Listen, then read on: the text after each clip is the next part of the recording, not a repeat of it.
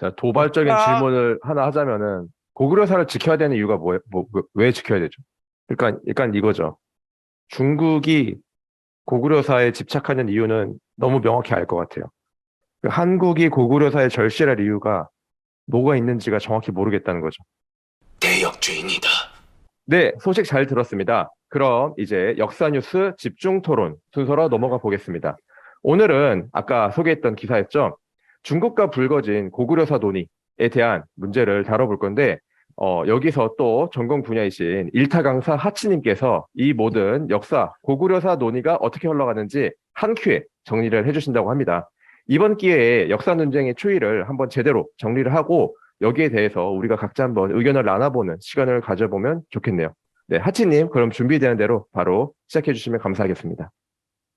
예, 고구려사 귀속 논쟁이란 주제를 가지고 말씀드리게 된 아침입니다. 다들 매우 조심스럽게 얘기를 할 수밖에 없는데, 그래도 한번 제가 공부한 대로 말씀을 드려보도록 하겠습니다. 그래서 우선 고구려사 귀속 논쟁의 배경을 설명드리자면 이게 최초로 터진 것은 2003년입니다. 2003년에 한국 언론에서 중국 동북 공정 및 고구려사 왜곡 문제에 대해서 보도가 되기 시작하면서 이제 한국과 중국 간의 그 고구려사 귀속 논쟁이 발생하게 됩니다.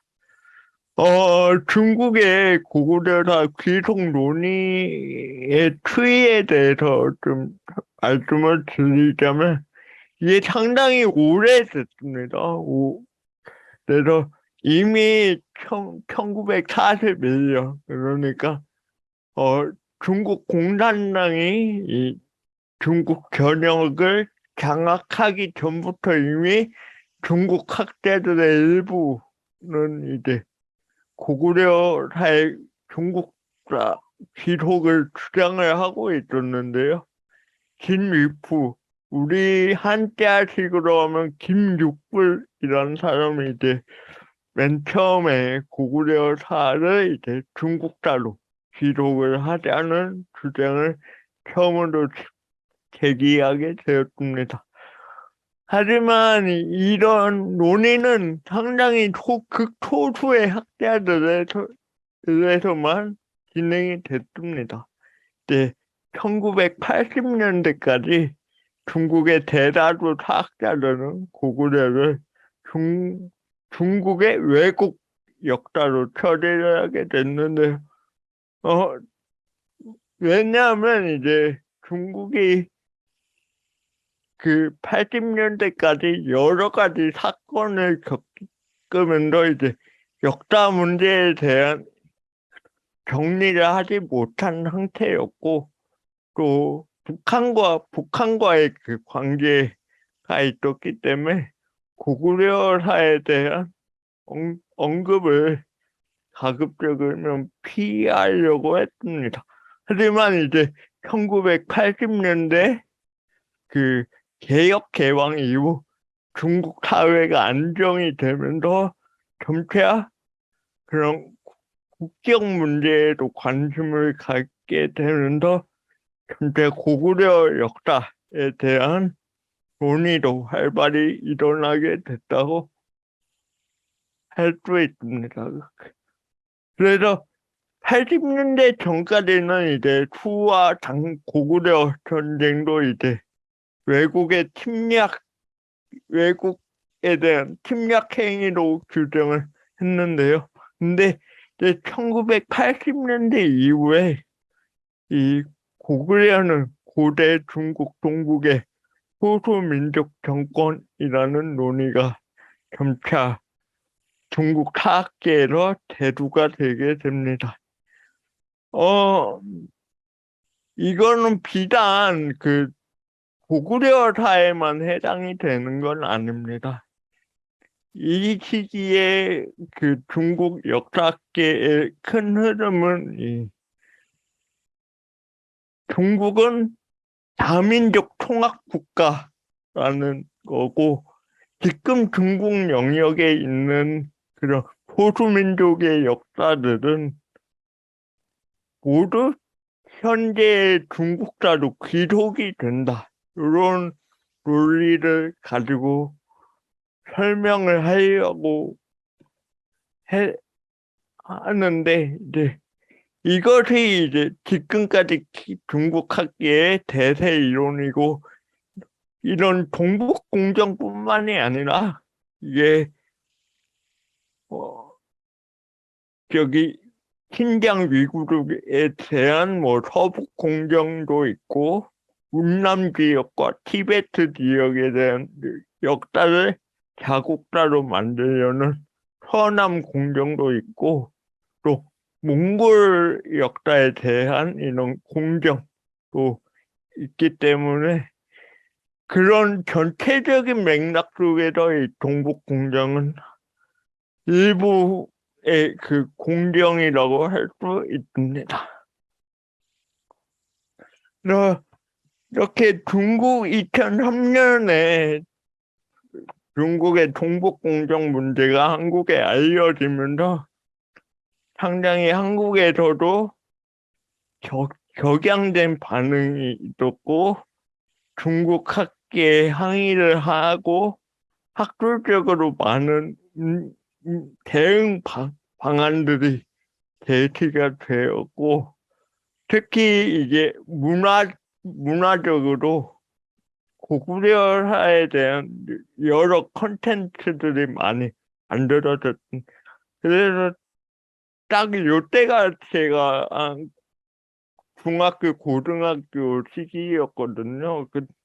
요때도 인기를 많이 끌었던 게 이 주몽 드라마, 그리고 태왕 사신기, 그리고 나중에는 이제 바람의 나라라는 이 드라마들이 만들어지면서 또 대중들로부터 고구려사 드라마가 상당히 각광을 받는 그런 시기가 있었습니다.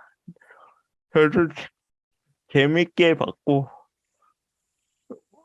대학 들어가면 고구려사를 꼭 공부해서 이 고구려사를 지키겠다, 이런 열의가 있었는데, 지금은 뭐 타락을 그래서 고구려사의 귀속 논쟁에는 여러 쟁점들이 있습니다. 크게 6가지 쟁점이 있는데요. 뭐 고구려의 조건, 그러니까 고구려가 어떤 민족적 기원을 가지고 있냐, 이 논쟁이고, 고구려의 강역 논쟁, 고구려의 강역이 지금의 한국에 속하느냐, 중국 땅에 속하느냐, 이 강역 논쟁일 수도 있고요. 세 번째는 고구려와 중원 왕조의 책봉 문제. 이 고구려가 중국 왕조와 맺었던 책봉 조공 관계를 어떻게 볼 것이냐의 문제가 있고, 또 네 번째는 그 후당제국과 이제 고구려 간의 전쟁을 어떻게 또 볼 것인가, 요 문제를 가지고 논쟁이 있고, 그리고 다섯 번째는 그 고구려가 멸망한 후에 생겼던 고구려 유민들이 또 어디에 귀속이 됐느냐, 그런 문제도 있고, 또 마지막으로 고려 왕조, 이제 신라가 멸망하고 고려가 들어섰을 때 그 고려 왕조가 과연 고구려를 계승했느냐, 이 논쟁을 두고 이제 한국과 중국 학계가 치열히 논쟁을 했었는데, 한 개씩 자세히 살펴보자면, 고구려의 주권 논쟁을 보자면, 일단 중국 학계에서는 고구려의 그 원료를 예맥이라고 봅니다. 다만 이 예맥은 중국의 고민족, 그러니까 중국의 옛 소수민족의 일부라고 이렇게 보는 거고, 그렇기 때문에 고구려는 현재 중국 역사의 일부라고 보고 있습니다. 다만 한국 학계에서는 이에 대해서 물론 중국 학계, 한국 학계 고구려의 그런 민족적 원류를 예맥으로 보는 건 동일하지만 예맥 쪽은 이 한국사에서 가장 중요한 민족적 원류라고 할 수 있는 한민족의 중요 근간이라고 할 수 있고, 그렇기 때문에 고구려는 이제 한국사의 일부하고 본다는 이런 논리를 가지고 있습니다. 그리고 다음으로 고구려의 강영 논쟁을 보자면, 중국 학계에서는 고구려가 애초에 이 한나라의 현도군, 이제 고조선이 한나라에 의해서 멸망한 후에 그 고조선 지역에 한 사군을 설치하는데, 그 한 사군의 일부인 현도군의 속현인 고구려현에서 건립됐고, 한 사군의 그 범위에서 발전했기 때문에 중원 왕조의 일개의 지방 정부에 불과하다라는 논리를 갖고 있는데요. 이에 대해서 이 한국 학계에서는 이 고구려는 한해 현도군 밖에서 건립됐고, 오히려 한사군을 공격 축출하면서 발전한 자주 독립국가이기 때문에 중국과는 독립된 강역을 가지고 있던 나라이다, 이런 논의를 펼치고 있습니다. 그리고 고구려와 중원 왕조의 책봉 문제를 보자면, 중국 학계는 이제 고구려는 북조, 후당 등 중원 왕조와 조공 책봉 관계를 맺어왔다고 보는데, 이 조공 책봉 관계가 뭐냐 했을 때, 결국 조공 책봉 관계는 이 중국과 일개 지방 정권의 그런 관계일 뿐이다라고 보는 거죠. 하지만 한국 학계에서는 이 조공 책봉 관계는 이 한반도 국가가 중국으로부터 문화적, 경제적 이익을 얻기 위한 하나의 그냥 형식적인 외교 수단에 불과하다. 그렇기 때문에 조공, 책봉 이 관계만을 가지고 중국의 중독되었음을 증명할 수는 없다라고 보는 입장입니다. 그리고 고구려 간의 그 전쟁의 성격을 보자면, 중국 학계에서는 이 고구려는 결국 중국의 일개 지방 정권이다. 그렇기 때문에 후당과 고구려 간의 전쟁 역시 국가와 국가 간의 국제전이 아니라 이건 중국 내부의 통일 전쟁에 불과하다, 이런 입장이고요. 한국 학계에서는 고구려는 중국과는 독립된 자주 독립 국가였다. 그렇기 때문에 후당과 고구려 간의 전쟁 역시 국가와 국가 간의 국제 전쟁이고 중국의 한국 침략 전쟁이다, 이런 논의로 진행되고 있습니다.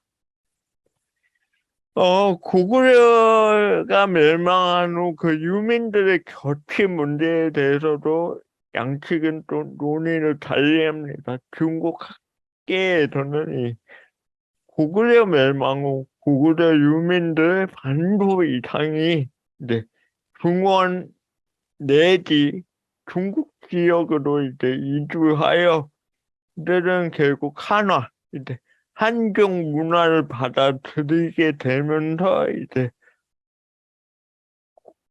이 고구려 유민들은 이제 중국의 일부가 됐다는 논이고 이제 한국인과 고구려인은 혈통적으로 관련이 별로 없다는 입장입니다. 이에 대해서 한국 학계는 고구려 유민들의 상당수가 신라로 편입됐고 혹은 한국사의 일부라고 할 수 있는 발해를 건국한 주체들이었다는 입장으로서 이 고구려와 한국인은 역사적, 혈통적으로 깊은 관련을 지니고 있다는 입장입니다. 고구려 계승 논쟁에 대해서 말씀드리자면, 중국 학계의 경우에는 왕건이 세운 고려와 이 고구려는 전혀 관련이 없는 별개의 왕조라고 보고 있고, 그리고 고려의 명칭만 동일하거나 유사할 뿐 혈연적인 측면에는 전혀 관계가 없다라고 보는 입장입니다. 한국 학계로는 고구려는 고구려의 국호를 이으면서 역사적 정통성을 계승했음을 주장하고 있는데 그게 이렇게 여러 가지 주제로 한국과 중국 간의 이 고구려사 논쟁이 진행되고 있고 이게 2003년부터 계속 이어지고 있다가 한 2008년 고쯤에 약간 좀 소강 상태를 보였던 것 같아요. 근데 이게 완전히 해소되었다고 보긴 힘들고 거의 그냥 미해결 상태고 양측의 논의가 거의 평행선을 달리고 있다고 볼 수 있습니다. 이런 와중에 좀 고구려사를 새롭게 보자는 논의들로 이제 이루어지게 되는데요. 그래서 그 대표적인 시각이 이제 유동사라는 이 시각입니다. 그러니까 제3의 시각이라고 볼 수 있는데, 저는 이제 지금은 명예교수지만 당시 서강대학교 다학과 교수님이었던 김항규 교수님의 그 이론인데요. 2004년에 출간된 책입니다. 이게 저자는 이제 역사적인 중국과 이제 현재의 중국이 별개의 개념이라고 주장을 하면서 이 역사적인 중국과 지금의 그 중화인민공화국의 그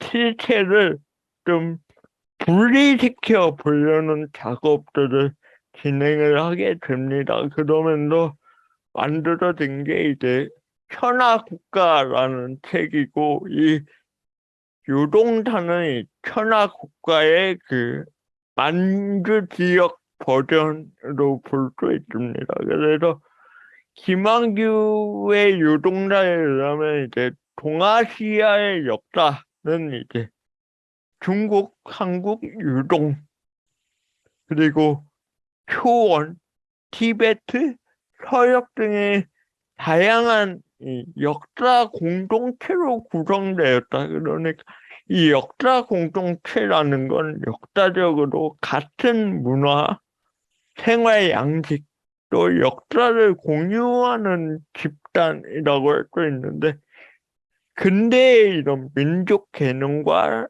좀 에스닉, 종족과는 또 다른 개념이라고 볼 수 있습니다. 조금 애매하긴 하지만 요런 틀을 가지고 이제 그 고구려사나 그런 만주 지역의 역사를 보자는 입장이고, 그래서 이 요동다의 핵심은 결국 이 중국과 한국과는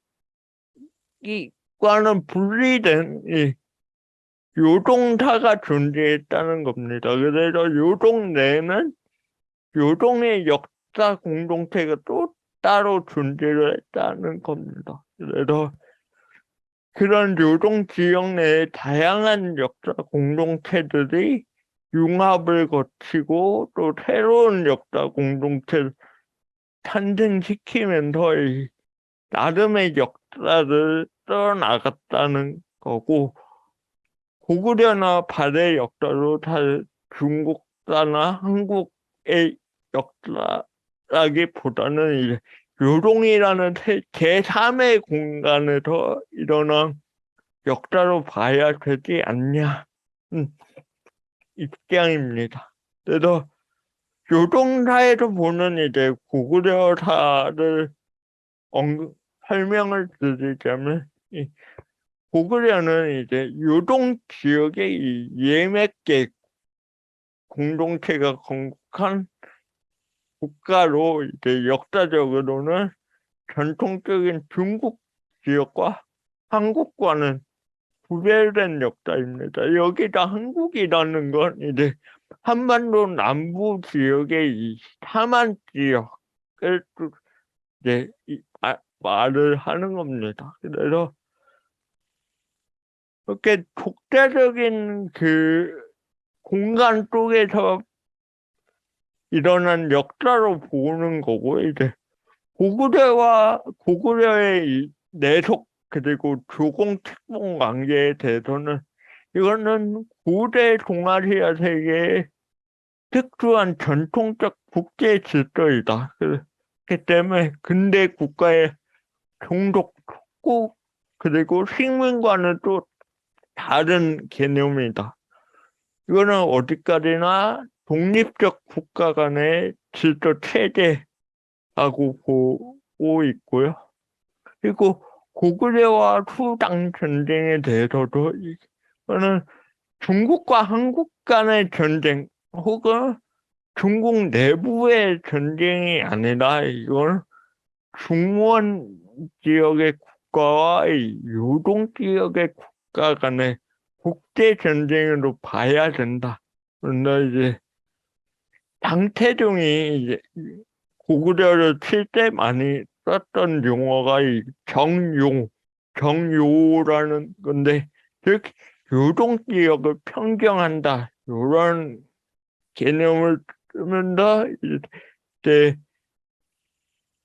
고구려가 이 요동의 국가라는 것을 보여준다고 이렇게 예시를 들고 있습니다. 그리고 고구려 유민의 경우 이제 물론 일부는 중국으로 가고 일부는 이제 신라로 갔지만 대부분 요동 지역에 잔류를 하면서 요동 국가의 전통을 유지했다고 보는 입장입니다. 그래서 한반도로 많이 유입이 됐다고 하지만 한반도로의 유입이 얼마나 이루어졌는지는 한국학계에서 제대로 제시를 하지 않는다고 비판을 하고 있습니다.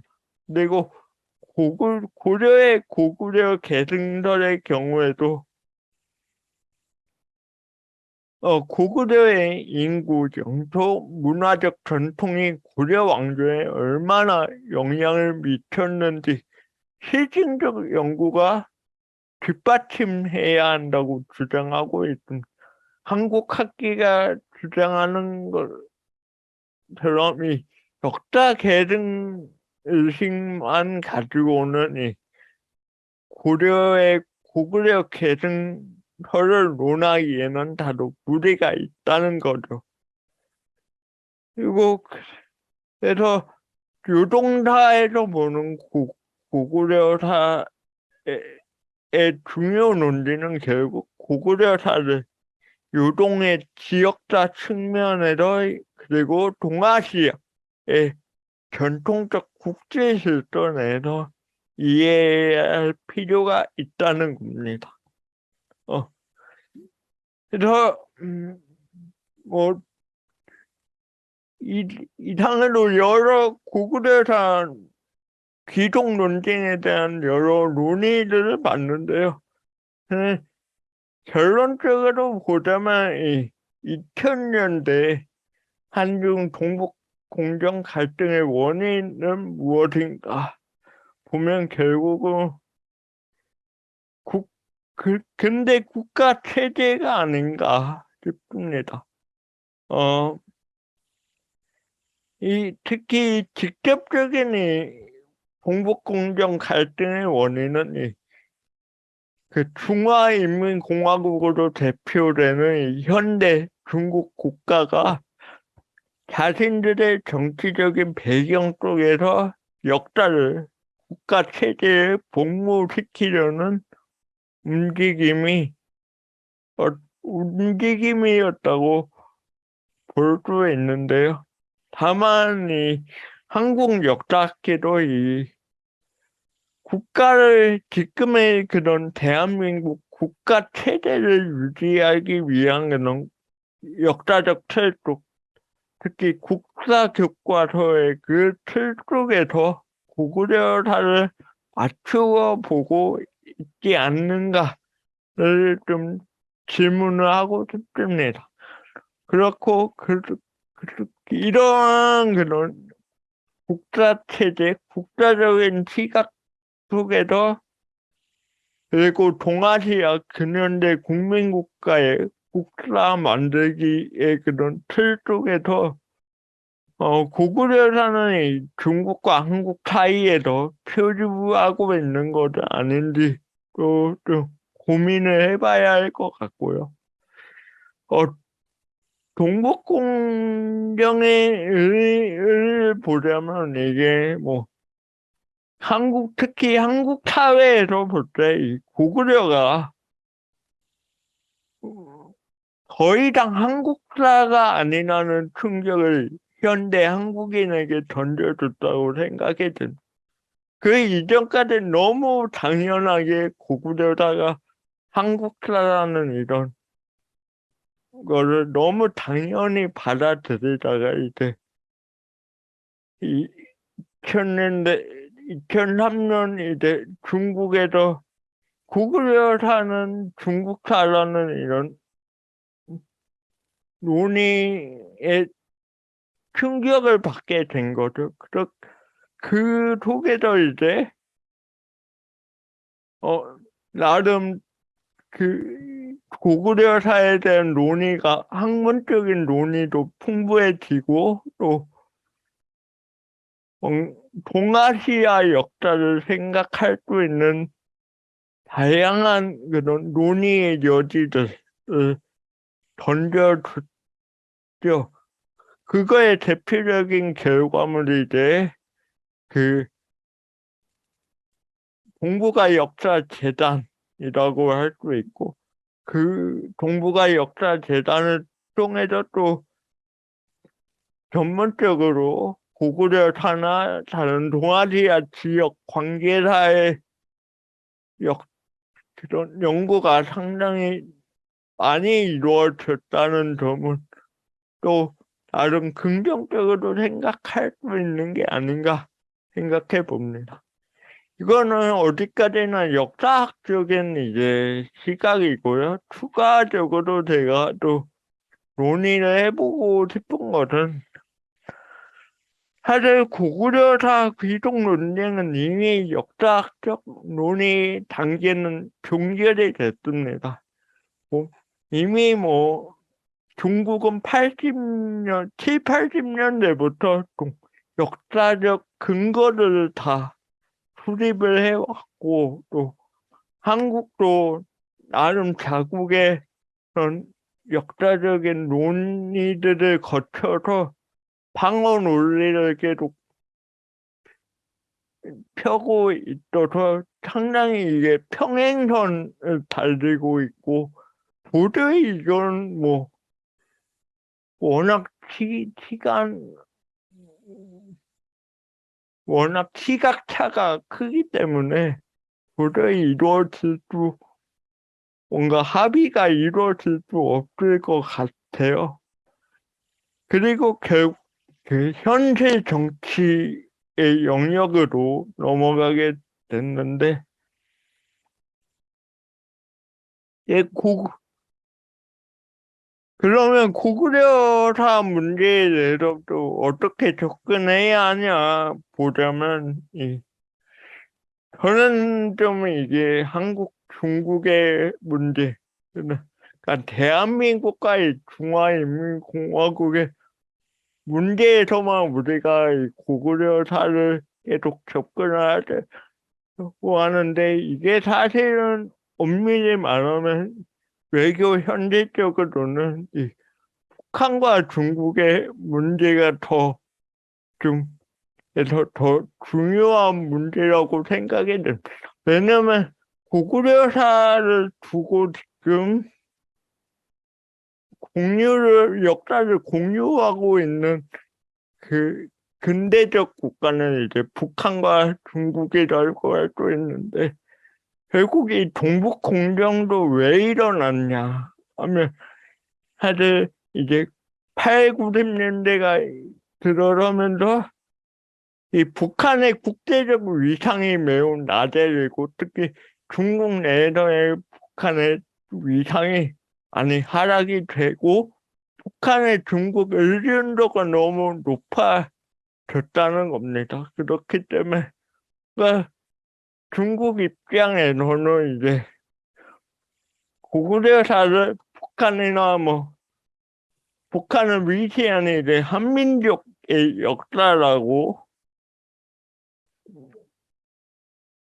인정을 잘 안 하려고 하는 거죠. 그리고 또 중국 내의 조선족 정책에서 또 이 문제를 좀 접근해야 하지 않나 봅니다. 그래서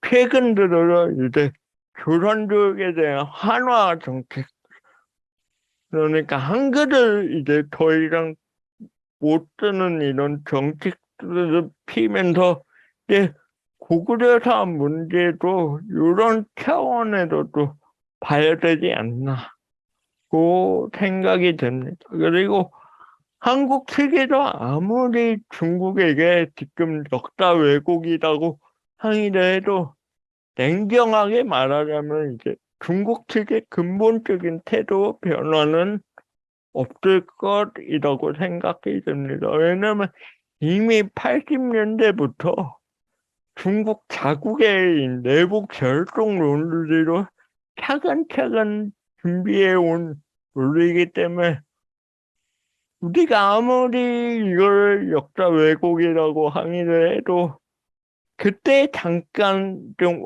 완화를 하지, 이걸 근본적으로 바꾸려고 하진 않고 거의 회기의 경익기 수준으로 받아들일 것이라고 봅니다. 그래서 한국이 결국 이 고구려사에 대해서 상당히 유리하게 뭔가 이끌 수 있는 방법, 정치적으로 취할 수 있는 대응은, 제가 생각할 때는 결국 고구려사 귀족 논리를 중국 내부 논리로만 가두는 이런 방식이 가장 최선이라고 생각이 듭니다. 그래서 이 중국 외부로 확대할 수가 없도록 하는 방법이 최선인데, 그러기 위해서는 이 국제 공조가 필요하다고 생각합니다. 그래서 고구려사의 직접 이해 당사자인 북한을 비롯해서 국회, 사회 및 학계가 공조하고 학술 대회도 계속 열고 하면서 이제 중국이 더 이상 이 고구려사를 자국사로 규정할 수 없게 국제적인 환경을 만들어야지 이게 그대로 현실적으로 뭔가 우리가 원하는 방향으로 나갈 수 있지 않나 생각이 듭니다. 제가 준비한 것은 여기까지 하도록 하겠습니다. 대역죄인이다. 네. 우리 하치니님이 아주 일목요연하게 고구려사 귀속 논쟁을 아주 잘 정리를 해줬습니다. 저도 뭐 대충은 알고 있었던 내용들인데 이렇게 한 번에 쫙 정리해서 들으니까 머릿속으로 한번 리마인드도 되고 역시 아주 좋은 강의였다. 어, 자, 그렇지만 역시 또 여기에 대해서 우리가 또 각자 생각하고 있는 바들도 있고 또 하치님도 또 추가로 또 얘기해주고 싶은 지점들이 있을 것 같아요. 그래서 그거를 우리가 같이 한번 좀 얘기를 자유롭게 나눠보는 시간을 갖도록 합시다. 뭐 각자 그냥 자유롭게 하치님이 먼저 시작을 해도 되고 우리가 또 지금 수다를 떨고 있었잖아요. 거기 이어서 그냥 계속 얘기를 해도 되고 그래도 될 것 같습니다. 아까 그 저는 얘기 이제, 예, 아, 예. 사장님. 네네. 들으면서 계속 든 생각이, 이렇게 중국에서 오랫동안 논의가 돼 있으라고 생각을 못 했거든요. 그냥 정말 2003년 동북공정이라는 그때 시원이 돼서 시작이 된다라고 생각했는데, 중국에서 이 논의에 대한 학자들의 견해가 뭐 40년대 때부터 있었다라는 것부터가 좀 약간, 어, 이 문제가 음. 학술적으로 해결하기는 쉽지 않은 문제겠다라는 생각이 계속 드네요. 예, 그러니까 이미 2003년 때는 거의 공복공정 작업이 8, 90%는 거의 완료가 된 시점이라고 볼 수 있습니다. 그렇기 때문에 우리나라 언론이 터트릴 수 있었던 거라고 볼 수 있어요. 거의 비밀 프로젝트랑 비슷해서 중국 내에서 이제 사료 좀 안에 이제 수집하는 작업 그리고 예, 그걸 바탕으로 이제 이 관련 연구자들이 집중적으로 또 논문을 내는 이런 작업들 포함하는 거기 때문에 그러니까 학술적으로는 이미 2003년에서 한 2005년도 에는 이미 그 동북공정 작업이 거의 완료된 상태라고 볼 수 있습니다. 그러면 궁금한 게 그 동북공정이라는 게 중국 공산당에서 이제 정부 주도의 어떤 그 프로젝트잖아요. 정부에서 그렇죠. 돈을 투입해서 학자들한테 네, 연구를 이렇게 용역같이 시키게 되는 건데 그렇죠. 그 제가 중국 학술계에 대한 그걸 잘 몰라서 그러는데 한국은 약간 정부에서 어떻게 말하든 간에 그 학계에서는 하고 싶은 말이 있으면 그거에 맞춰가지고 자유롭게 이렇게 이야기를 하잖아요. 근데 중국에서는 그 정부에서 주장한 동북공정을 따라야 되는 그런 분위기인가요? 그렇죠. 거의 그렇다고 볼 수 있고, 어, 공산당이 저도 잘은 모르지만 이제 공산당의 그런 입김이 세죠. 그리고 이미 좀 중국 사람들한테 민감한 문제일 수 있는데 이미 양심적인 지식인들 같은 경우는 문화대혁명 시기에 탄압을 겪었고 이제 89년도에 이제 천안문 사태를 겪으면서 그때 이미 지식인에 대한 숙청들이 많이 반응이 돼서 걔는 거의 중국 공산당의 그런 입맛에 충실한 학자들이 주요 학계의 주류가 되는 것밖에 없죠. 예. 어떻게 보면 반대 목소리 낼 만한 인물이나 연구 집단이 사실상 없다고 봐야. 그렇죠. 만약 반대 목소리를 내고 싶다 하면 미국으로 망명을 하든지 아니면 홍콩으로 건너가든지 요즘은 이제 홍콩이 여유롭지가 않으니까 대만이나 일본, 미국으로 많이 건너가고 가서 얘기를 하는 경우가 많죠. 근데 참 특이한 건 그 한국 고구려 사학계 분이 보면 중국에서 망명 와가지고 중국인으로서 한국에서 동북공정을 비판하는 목소리는 사실 없거든요. 그건 좀 특이하네요. 생각해보니까. 기본적으로 근데 그 중국 학자들, 근대 학자들은 약간 성향, 다소의 그런 스펙트럼이 있긴 있지만, 기본적으로 좀 중화주의적인 그런 좀 마인드를 많이 가진 사람들이 많습니다. 미국, 그러니까 최근 뭐 중국 출신의 학자들이 미국에 건너가서 이제 중국사 관련 연구를 쓰는 걸 봐도 대체로 좀 전통적인 중화주의에 입각한 그런 아, 역사관을 가지고 기본적으로 쓰는 사람들이 많아요. 예. 종본 관계를 계속 얘기를 한다든지, 뭐, 중국 중림의 중화, 이제, 조공, 책봉 체제를 계속 연구를 한다든지.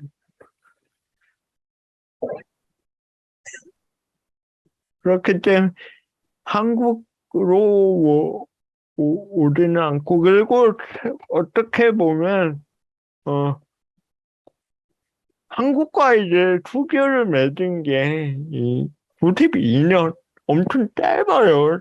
짧고, 그동안 워낙 단절이 길었고, 특히 중화인민공화국 경우는, 그, 세대의 차이가 또 너무 커요.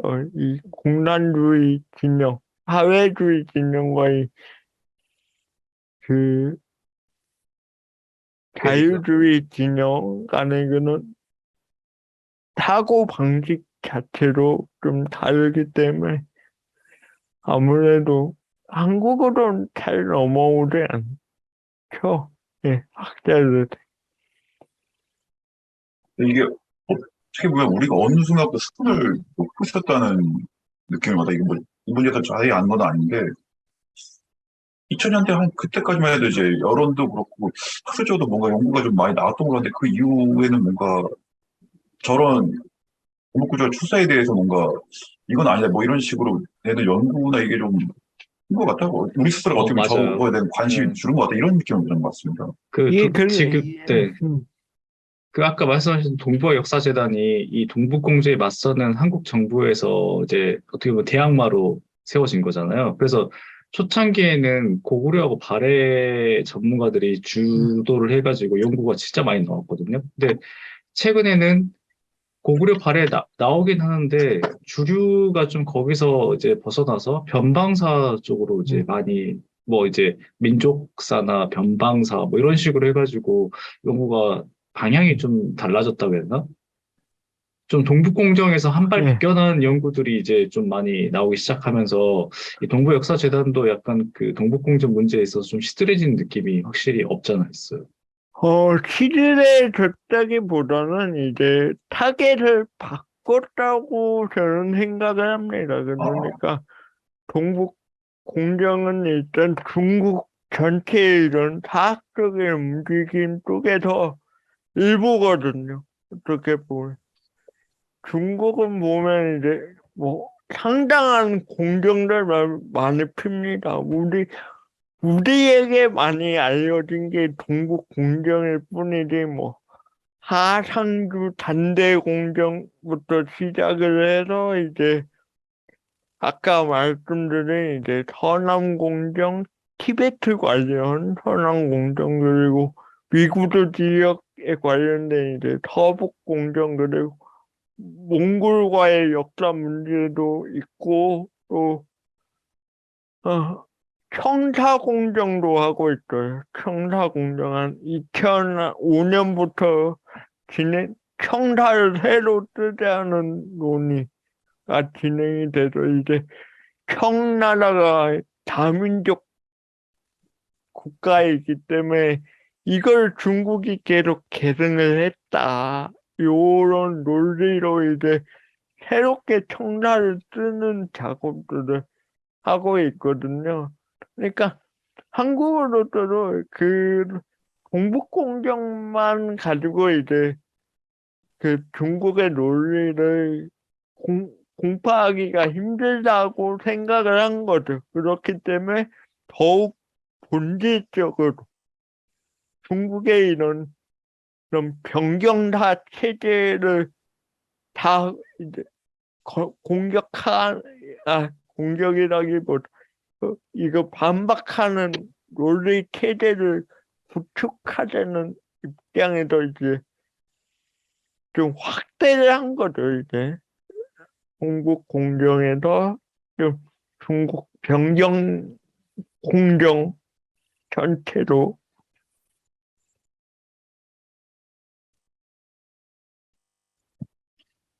근데 하치님께서 그 결말에서 이야기해 준 게 그 중국의 그런 논리 싸움에 휘말리지 말자. 오히려 그 중국에서 만들어진 논리가 외국에서 먹히지 않도록 그걸 막는 게 더 중요하다라고 이야기해 주셨는데, 저도 거기에 적극 동의하는 게, 언론이나 이렇게 좀 정치인들이 하는 발언 중에 이런 동북공정 문제가 처했을 때 역사 전쟁이라는 표현을 많이 쓰잖아요. 네. 근데 전쟁이라는 게 어떻게 보면 상대방을 이겨야 하는 그런 게임인 네. 거잖아요.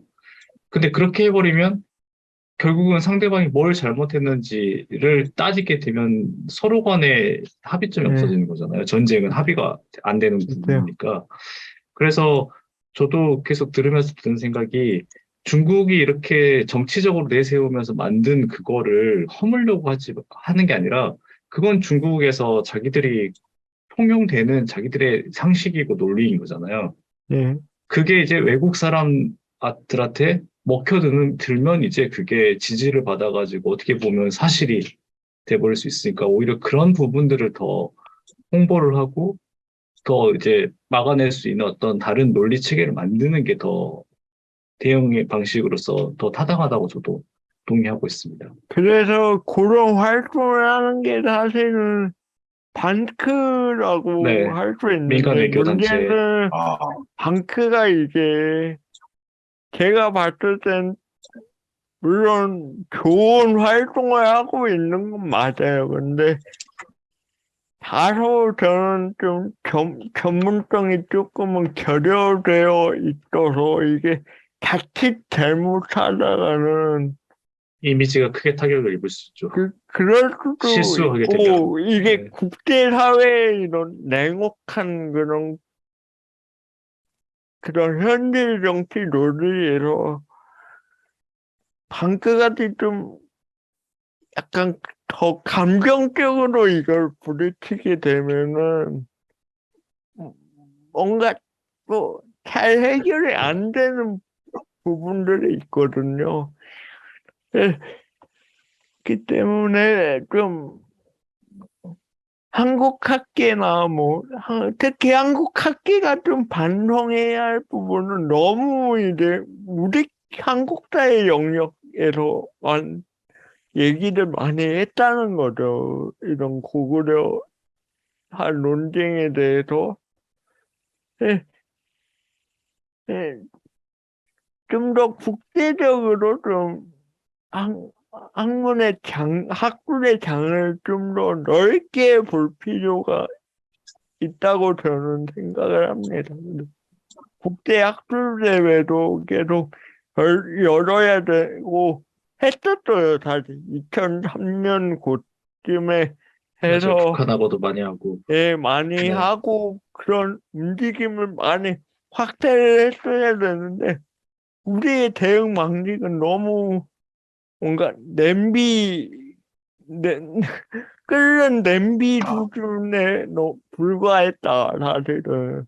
좀 더 장기적인 시간을 두고 계속 국제적인 학술 연대를 좀 피하는 그런 작업들을 했어야 되는데, 너무 콘텐츠 면에서만 반박을 했고, 그 컨텐츠들도 어떻게 보면 너무 거의 그렇죠. 국뽕이라고 민족주의 불리는 시각이 그런 분위기로 감정 많이 나가서 격양시켜가지고 예, 예. 많이 봤었죠. 좀 그게 좀 안타깝죠. 물론 주몽 같은 경우는 이제 이란 그런 데도 뭐 90%뭐 시청률을 보였다고도 하는데 효과가 그게 과연 중 역사에 대한 인식에서 역사에 얼마만큼 그죠? 도움이 됐을지 그쵸. 그게 예, 문제죠. 지금 우리나라 K컬처나 K팝의 문제는 그냥 휘발성이라는 거잖아요. 잠깐 인기를 끄는데 그게 지속해서 뭔가 다른 타 분야로 이렇게 확산이 돼야 되는데 좀 예를 들어 주목을 봤어. 그러면 한국에 그런 고구려 문화라는 게 있고 한국이 고구려를 개성한 국가라구나 하는 그거를 그 나라 사람들한테 인식을 시켜주고 설득을 해야 되는데 주목 재밌다. 근데 저게 조선은 진짜인지 예쁘다. 딱 이렇게 진짜인지 나가면 가짜인지 그 사람들은 관심이 없는 거예요. 전혀. 그냥 옛날에 뭐 한국 배경으로 해가지고 뭐 가상의 스토리인가? 약간 이렇게라도 생각하는 사람도 있을 거예요. 모팔모밖에 생각 안 나고 막 강철검 한국 강철검 만들었구나 막 이런 것만 나오고 그렇죠. 응. 자꾸 뭔가 게임 아이템으로 연결이 되네요. 응. 그러니까 이게 그러니까 학계가 이게 문제예요 맞아요. 이게. 예, 상황 학계에서 그렇게 좀 돌아가요, 그런 결국은. 거를 연계해서 할 수 있는 장기적인 방향하고 그런 게 설정이 돼 있고, 그걸 이제 국가에서는 돈을 지원해 줄 수 있는 거잖아요. 그죠? 또 이제 외교적으로 매개를 시켜줄 수 있고.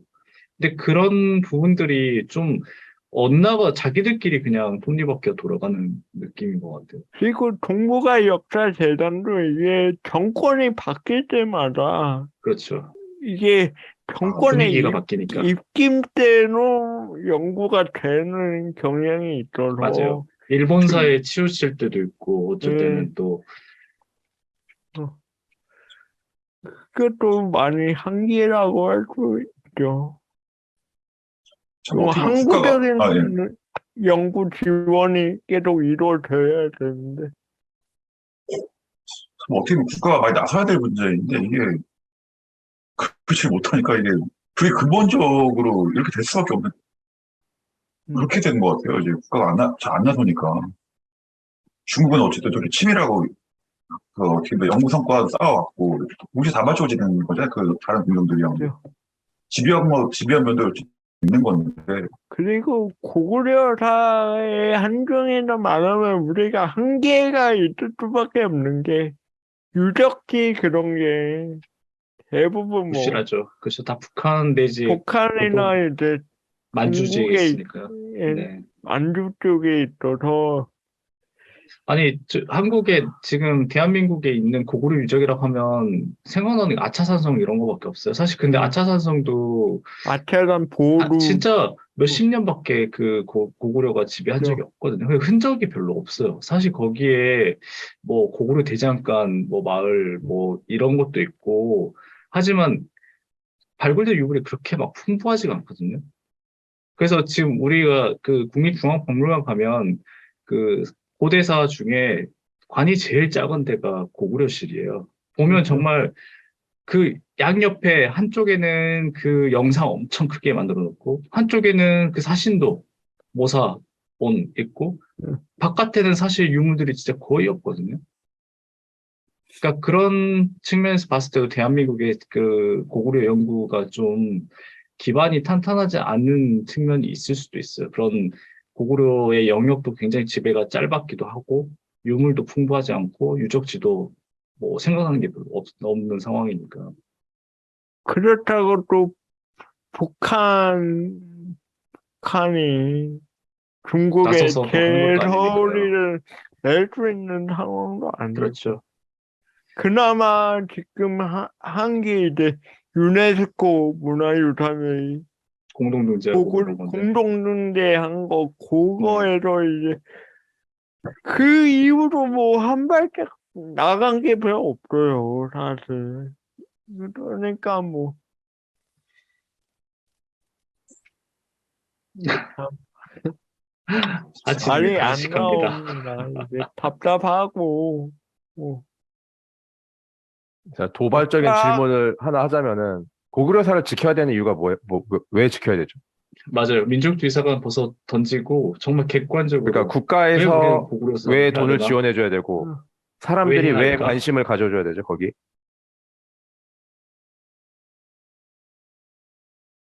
저한테 물으시는 겁니까? 저도 사실 그런 질문을 던지고 싶긴 해요.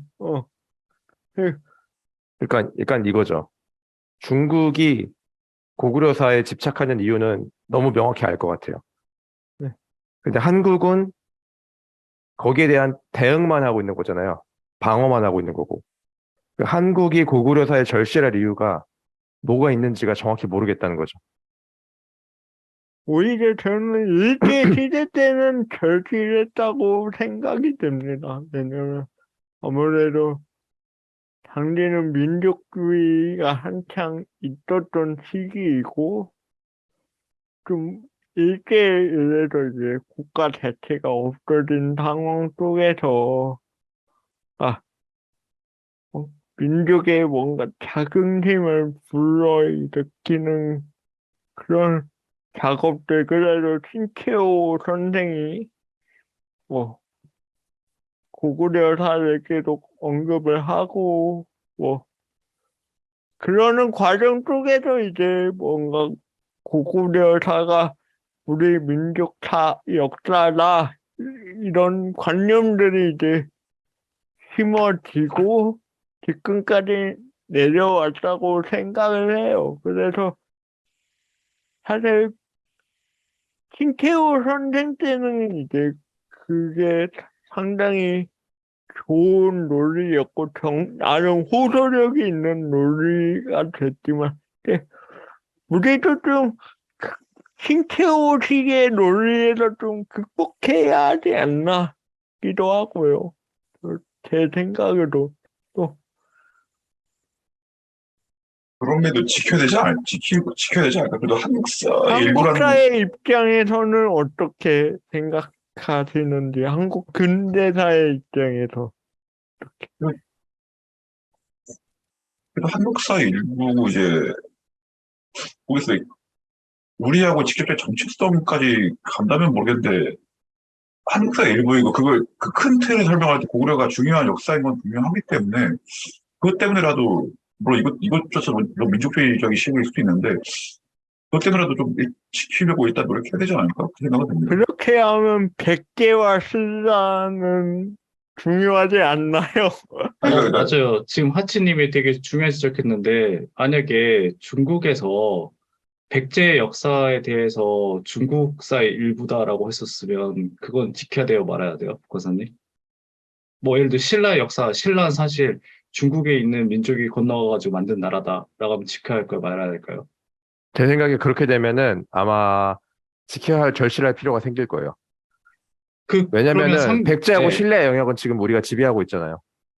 그렇긴 하지만, 이 동부공룡 논리는 사실 간단하거든요. 답은 그냥 예전부터 역사적 정체성을 계속해서 유지해 온 사람들이 생각하는 역사적인 그 범위가 고구려 백제 신라가 하나의 국가라는 일가라는 그 개념이 단순히 지금 근대적인 관념이 아니거든요. 그 고려시대 때 김부식이 쓰고 이련이 썼을 때 그 사람들을 지금의 민족주의 시각에서 볼 수는 없는 거잖아요.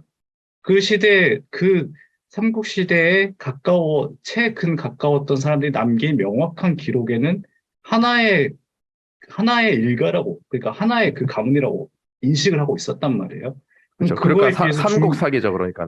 그렇죠. 그리고 삼국유사고. 어, 어. 그때 그거에 비해서 중국은 이거를 열전으로 넣어가지고 외국전으로 입전을 음. 시켰단 말이에요. 외국이라고 생각한단 말이에요. 그러니까 지금 우리가 이게 맞다, 저게 맞다라고 이렇게 논리적으로 할 게 아니라 답은 명확해요. 삼국시대에 가까웠던 사람들이 인식하는 그 대상이 어디까지인가? 그러면 지금 우리가 실제는 북한을 지배하고 있지는 않지만 헌법상이나 우리나라 한국 사람들이 인식하기에 북한도 우리나라 땅이라고 다 알고 있잖아요. 지금은 잠깐 갈라진 것뿐이지 우리의 영역이라 보고 있는 거잖아요. 그렇다면 당연히 지켜야 할 이유가 있죠. 왜냐하면 아까 제가 말했듯이 중국이 만약에 백제나 신라에 대해서 거기 우리 조상들이 가가지고 세운 나라라 해가지고 말도 안 되는 그런 소리를 한다면 당연히 대응 논리를 해야 되는데 고구려는 아직 우리가 수복은 하지 못했지만 당연히 우리의 역사 일부라는 것은 부정할 수 없는 사실이니까요. 그러니까 당연히 중국에서 말도 안 되는 이야기를 하면 이거는 좀 아니다라고 명확히 이야기를 할 이유가 있다라고 저도 생각을 하거든요. 이거는 민족주의적인 그런 걸 떠나서 어떻게 보면 그 모든 사람들이 공통적으로 가지고 있는 당연한 그런 감정적인 동요가 아닐까요? 그래서 제가 일부러 질문을 던진 이유가 그거였어요. 중국이 고구려사를 자기네 나라의 역사에 귀속시키려는 거는 현실적이고 정치적인 이유 때문인 거예요. 그렇죠. 근데 우리가 방어하는 이유는 현실적이고 정치적인 이유가 아니고 감정적인 이유 때문이거든요. 학술적인 이유 때문인 거고. 그러니까 그만큼 사람들이 여기에 절실하게 느끼지 않는 거고, 우리가 이렇게 얘기를 해봤자 뭐 정부 지원금이 늘어나지도 않는 거고, 그렇다고 미래의 후속 세대들이 그것 때문에 고구려사를 더 공부하려고 하지도 않는 거고, 우리 그렇죠. 하치님만 보더라도 아까 전에 고구려사 지키겠다라고 와서 지금은 딴 거 하고 있잖아요.